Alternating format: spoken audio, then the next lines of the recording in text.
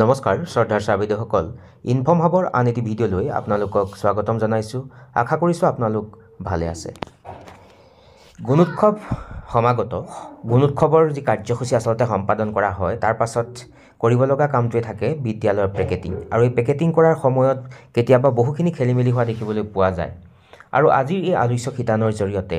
কেনেকৈ আচলতে পেকেট কৰা হ'ব বা বিদ্যালয় অনুযায়ী পেকেটৰ সংখ্যা কিমান হ'ব প্ৰতিটো পেকেটত কি থাকিব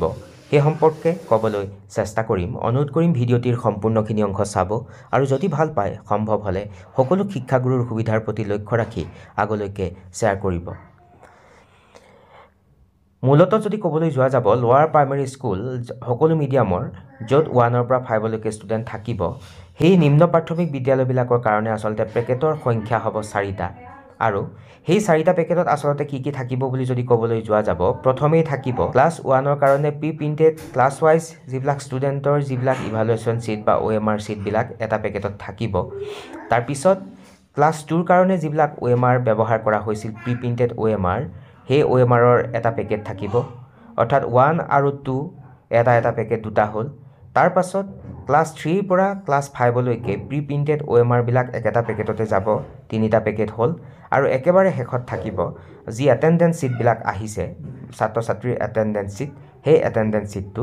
একেলগে সোমাই যাব কেনেকৈ আপাৰ প্ৰাইমেৰী স্কুল য'ত 6 ৰ পৰা 8 লৈকে থাকিব তেনেকুৱা বিদ্যালয়বিলাকত দুটা পেকেটহে থাকিব pre printed OMR sheet class 6 ৰ পৰা 8 লৈকে এটা পেকেটত যাব আৰু তাৰ লগতে যি আমাৰ এটেন্ডেন্স শীট আহিব আচলতে সেই এটেন্ডেন্স শীটটো যাব অৰ্থাৎ 6 to 8 স্কুলবিলাকৰ কাৰণে পেকেটৰ সংখ্যা দুটা হ'ব এটা পেকেটত 3 ৰ পৰা 8 লৈকে OMR বিলাক সোমাব প্ৰি প্ৰিন্টেড OMR আৰু এটা যাব এটেন্ডেন্স শীট দুটা হ'ব পেকেটৰ সংখ্যা তাৰ পাছত যিবিলাক MV স্কুল আছে 1 to 8 তেনে বিদ্যালয়বিলাকৰ কাৰণে আচলতে 4টা পেকেট হ'ব 1 ৰ কাৰণে প্ৰি প্ৰিন্টেড OMRৰ এটা ক্লাছ 2 যিবিলাক OMR থাকিব তাৰ এটা পেকেট আৰু 3 ৰ পৰা 8 লৈকে এটা পেকেট অৰ্থাৎ তিনিটা পেকেট সম্পূৰ্ণ হ'ল আৰু একেবাৰে শেষত থাকিব এটেন্ডেন্স শীট ষ্টুডেণ্টৰ ঠিক তেনেকৈ যদি ক'বলৈ যোৱা যাব সেকেন্ডাৰী যিবিলাক বিদ্যালয় কেৱল মাত্ৰ নৱম শ্ৰেণী আছে সেই বিদ্যালয়বিলাকতো কেৱল দুটা পেকেটেই হ'ব ক্লাছ নৱম শ্ৰেণী প্ৰি প্ৰিন্টেড OMR শীট গুচি যাব আৰু তাৰ পিছতেই তেওঁলোকৰ এটেন্ডেন্স শীটটো গুচি যাব অৰ্থাৎ দুটা পেকেট হ'ব যিবিলাক বিদ্যালয় সেকেন্ডাৰী পৰ্যায়ৰ বিদ্যালয়ৰ ক্লাছ 6 ৰ পৰা 9 লৈ আছে তেনে বিদ্যালয়বিলাকত পেকেটৰ সংখ্যা থাকিব দুটা পেকেট প্ৰি প্ৰিন্টেড OMR শীটবিলাক ক্লাছ 6 ৰ পৰা ক্লাছ 9 লৈকে থাকিব এটা পেকেটত আৰু এটা পেকেটত থাকিব ষ্টুডেণ্ট যি এটেন্ডেন্স শীট কিন্তু যিবিলাক বিদ্যালয়ত 1 ৰ পৰা 9 লৈকে ষ্টুডেণ্ট আছে তেনে বিদ্যালয়বিলাকত 4টা পেকেট হ'ব প্ৰি প্ৰিন্টেড OMR 1 ৰ কাৰণে সেপাৰেট যাব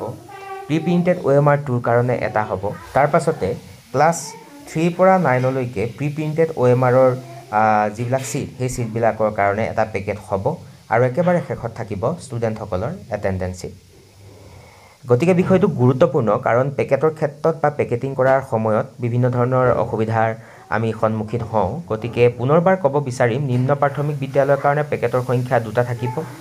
উচ্চ প্ৰাথমিক বিদ্যালয়ৰ কাৰণে যিবিলাক বিদ্যালয়ত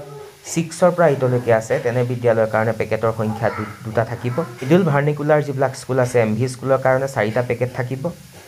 সেকেন্ডাৰী পৰ্যায়ৰ বিদ্যালয় য'ত কেৱল মাত্ৰ নৱম শ্ৰেণীৰ কাৰণে গুণোৎসৱ হ'ব তাত কেৱল মাত্ৰ দুটা পেকেট থাকিব আৰু সেকেন্ডাৰী পৰ্যায়ৰ বিদ্যালয় য'ত 1 ৰ পৰা 9 লৈকে ষ্টুডেণ্ট আছে তেনে বিদ্যালয়বিলাকত পেকেটৰ সংখ্যা থাকিব 4 গতিকে বিষয়টো অতি গুৰুত্বপূৰ্ণ আৰু সেই উদ্দেশ্য আগত ৰাখি আচলতে উপস্থাপন কৰিবলৈ চেষ্টা কৰিলোঁ আৰু আশা কৰিছোঁ আজিৰ এই আলোচ্য শিতানে আপোনালোকক উপকৃত কৰিব আৰু যদি ভিডিঅ'টি ভাল পালে সকলো শিক্ষাগুৰুৰ সুবিধাৰ প্ৰতি লক্ষ্য ৰাখি সম্ভৱ হ'লে আগলৈকে শ্বেয়াৰ কৰিব গতিকে সকলো ভালে থাকিব নমস্কাৰ টেক কেয়াৰ